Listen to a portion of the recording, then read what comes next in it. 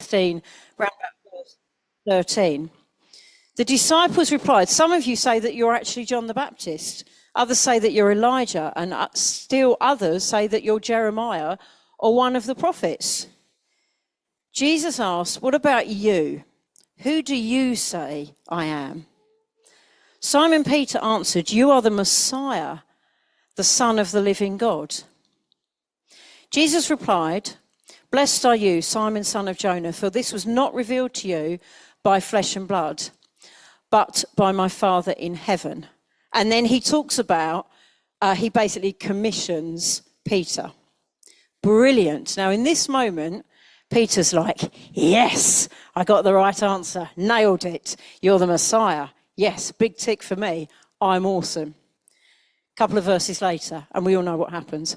From that time on, Jesus began to explain to his disciples that he's got to go to Jerusalem, suffer many things at the hands of the elders, the chief priests, the teachers of the law, and that he's going to be killed and on the third day raised to life. Peter, in his moment of glory, yes, I'm getting the right answer, I'm on a roll, he took him aside. Peter took Jesus aside and began to rebuke him. Began to rebuke Jesus. Never, Lord, this will never happen to you. Jesus turned and said to Peter, get behind me, Satan. You are a stumbling block to me. You do not have in mind the concerns of God, but merely human concerns. Imagine the emotion of Peter from the highest of highs to the lowest of lows and being called Satan by Jesus. The thing I love about Peter, when people say to me, who's your favourite character in the Bible? Immediately I will say Peter. And when they say why, I'm like, because he always puts his foot in his mouth. Always. He just doesn't know how to speak properly, consistently. He has moments of glory, and like this passage shows particularly, he really, really messes up. And one of the things I love about Peter is his humanness and his brokenness and his flawed character to get it wrong and to say the wrong thing in the crucial moment. And I'm going to think about that for a few minutes this morning, about how we use our words. If we're going to be the best version of ourselves, how we speak is hugely, hugely important. So a few chapters before, it says this in Matthew 12, the good man brings good things out of the good that is stored up in him, and the evil man brings evil things out of the evil stored up in him. I tell you that men and women will have to give an account on the day of judgment for every careless word they have spoken. For by your words you'll be acquitted, and by your words you'll be condemned. I mean, that is really hard teaching. Hard teaching. But words are incredibly powerful. And as a teacher, I teach in a secondary school, you hear children, I mean, they are children, even though they're secondary school, you hear some children speak to other children in the most horrendous way. And to my shame, you hear teachers doing it as well. And that is really, really scary, because words are dynamite. They are verbal dynamite. And as Christians, trying to be the best versions of ourselves and trying to be more Christ-like, we need to be conscious of how we speak and what we say, because that essentially is our biggest witness. How we speak and what we say. And if we want to be a blessing to other people, we need to make sure that as we become more Christ-like, we leave some of our old patterns and habits behind. And how people speak is certainly something that every single one of us need to consider. And Dave and I have been in ministry. I started leading when I was 18, so that's more than 3 years. Okay. I've been leading for a number of years. I've been leading for 3 decades. And in that time, one of the most common issues that people wrestle with is damaging words that people have had said to them, or pronouncements spoken over them, and words that have caused damage, discouragement, curses, pronouncements. And they can come from friends, they can come from family, they can come from people in the church, they can come from people in authority, teachers, doctors, ministers, etc., etc. People that have said things and have caused damage and wounds, and then people carry those scars. The good news is in church, there is healing available. So and we are going to pray this morning, that if you've had something said to you or a pronouncement made over you, and every time you think about it, it stings. Or you had a row with someone, and when you think about it, when you think of that person, you just think, oh, I love them.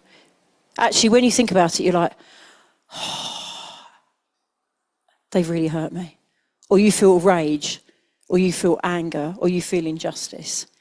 Words are incredibly powerful. But as Christians, we're called to be salt and light. We're called to be different.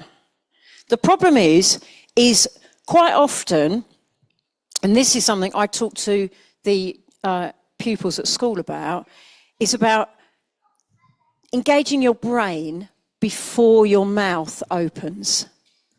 Because sometimes we can be so quick to say something, and then those words are out, and we can't gobble them back up again.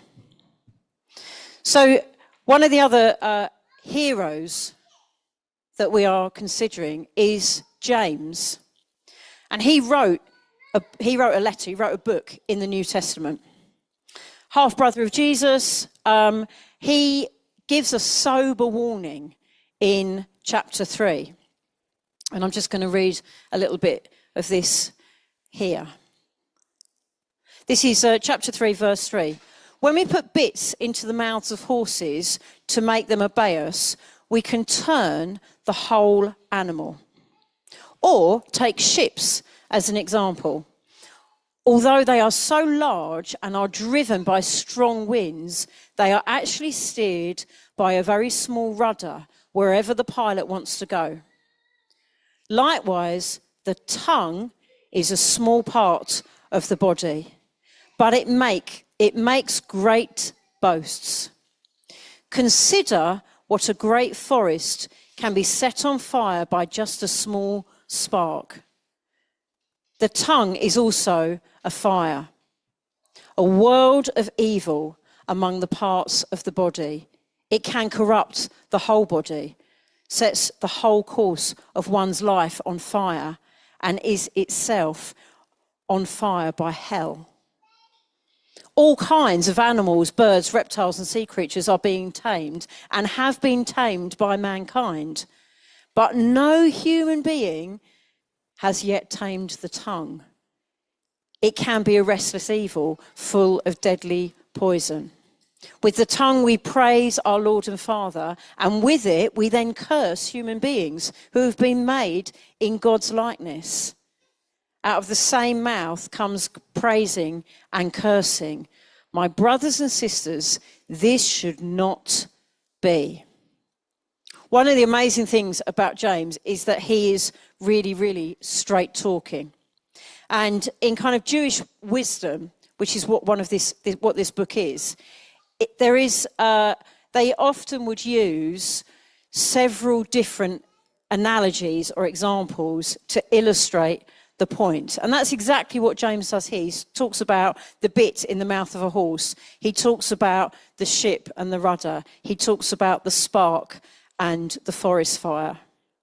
A tiny spark can set a great forest on fire. James is trying to illustrate that we can cause lots of damage by being careless with our words.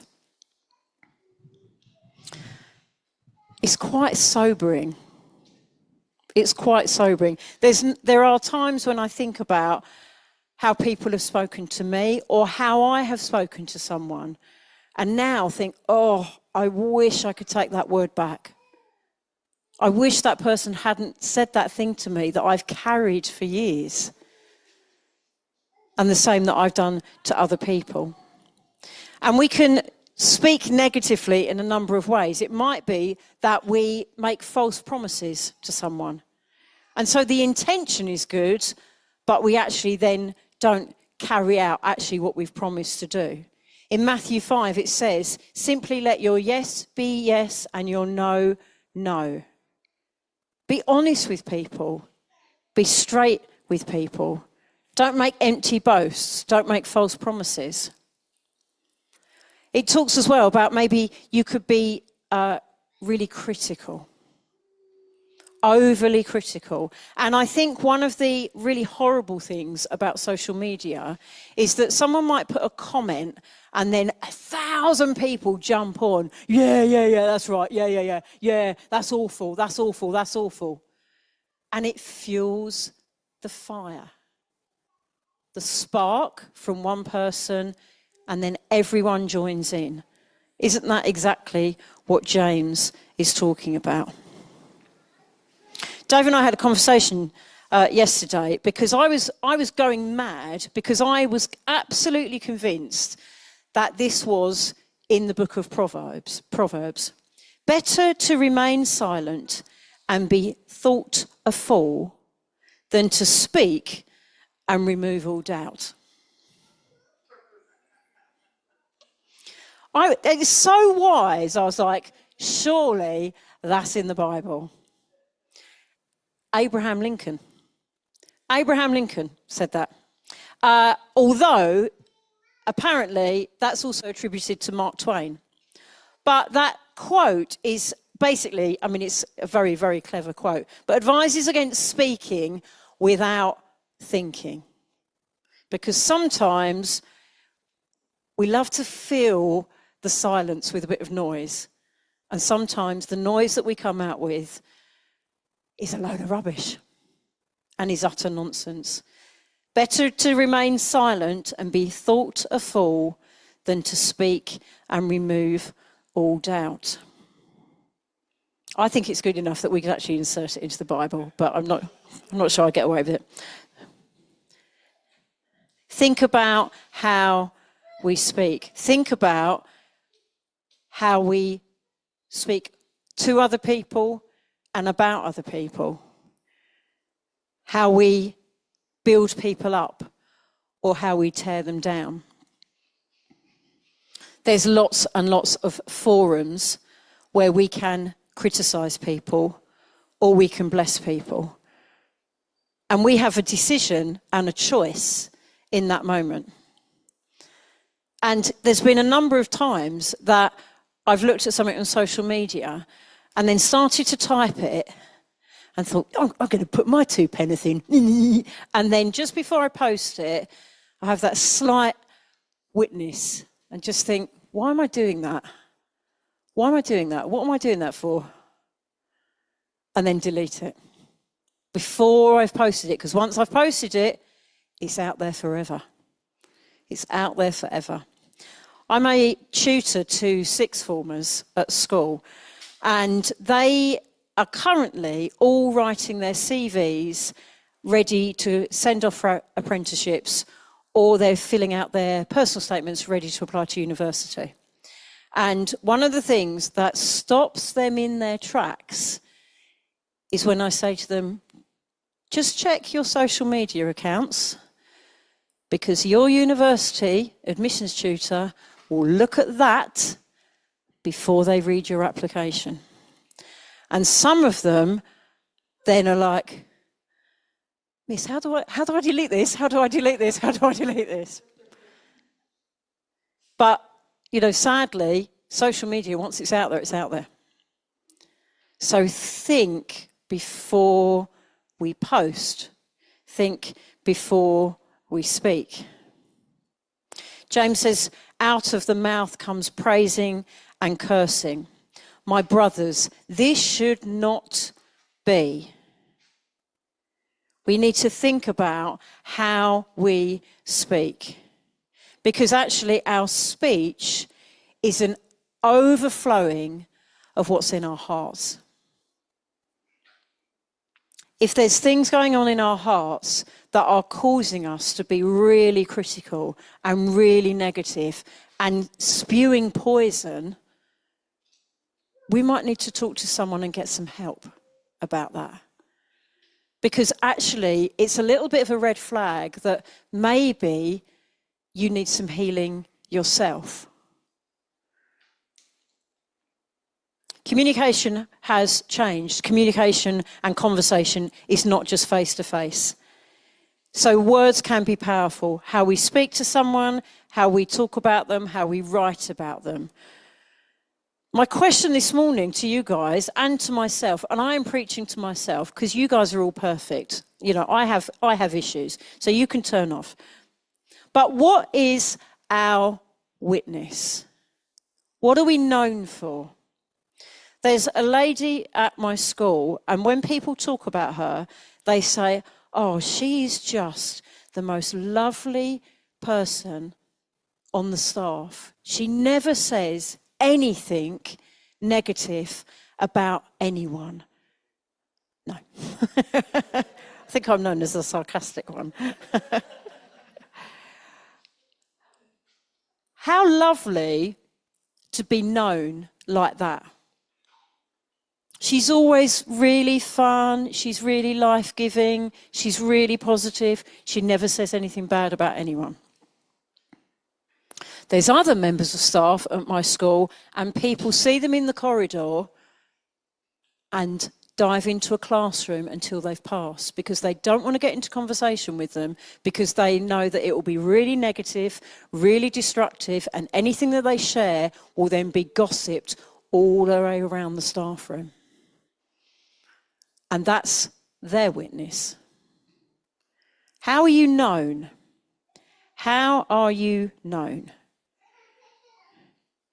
Hopefully, and I'm sure you are, like the first teacher I've just described.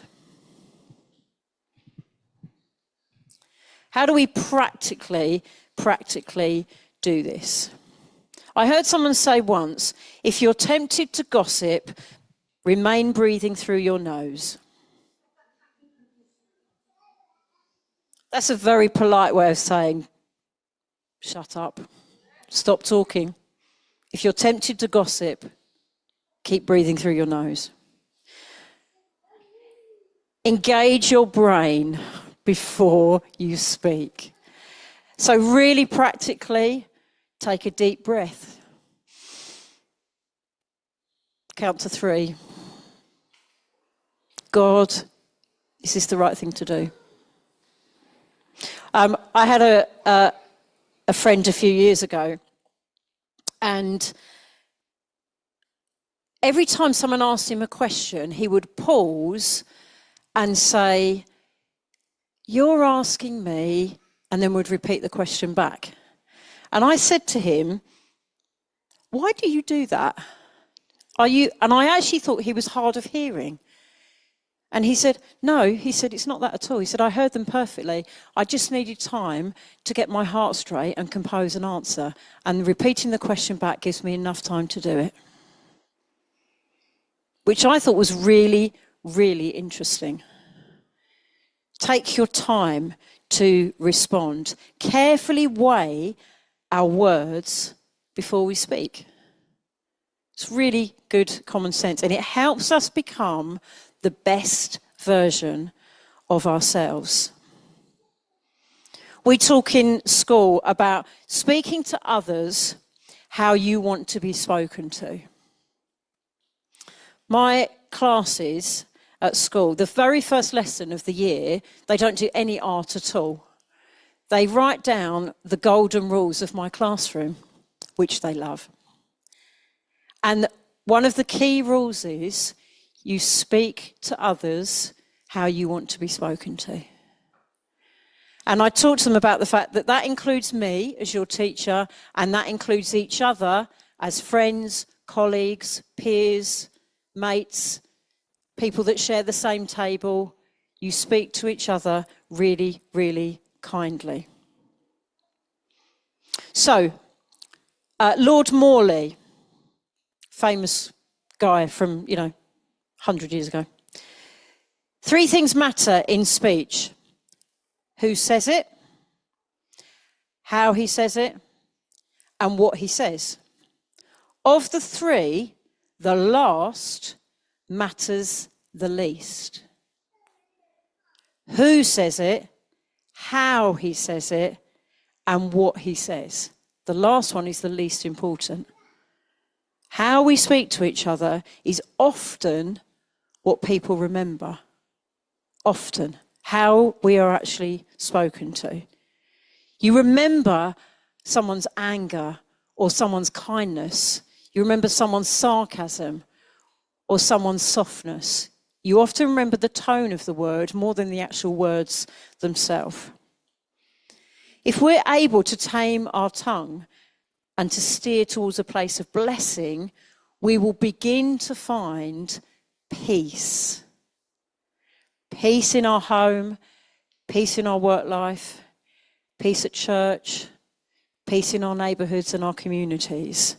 We begin to get known as being, oh, that person, they always speak really nicely. They're really kind. That's how I want to be known for. That's the witness that I want to leave. Let me just finish with this. James, at the beginning of his book, says, my dear brothers and sisters, take note of this. Everyone should be quick to listen, slow to speak, and slow to become angry. There's a helpful little acronym, and I have used this in the past, and the acronym is THINK. Whenever you speak, think. And what it stands for, is it true? When you speak, are you speaking the truth, or are you saying it for effect? Do you have a great story and you massively embellish it? Gets better with each telling. Is it true? Is it helpful? When you are speaking to someone, is that a helpful thing to say? Is it inspiring? Is that person going to leave feeling better than when they arrived? Is it necessary? Do you really need to say it? Is it your place to say it? And is it kind? Is it a kind word to leave someone with? We want to be the very best version of ourselves, and the thing that we will be remembered for are our words and our deeds. So it's a big, big deal. Everyone should be quick to listen, slow to speak, and slow to become angry. That is our witness. Why don't you stand? We're going to pray.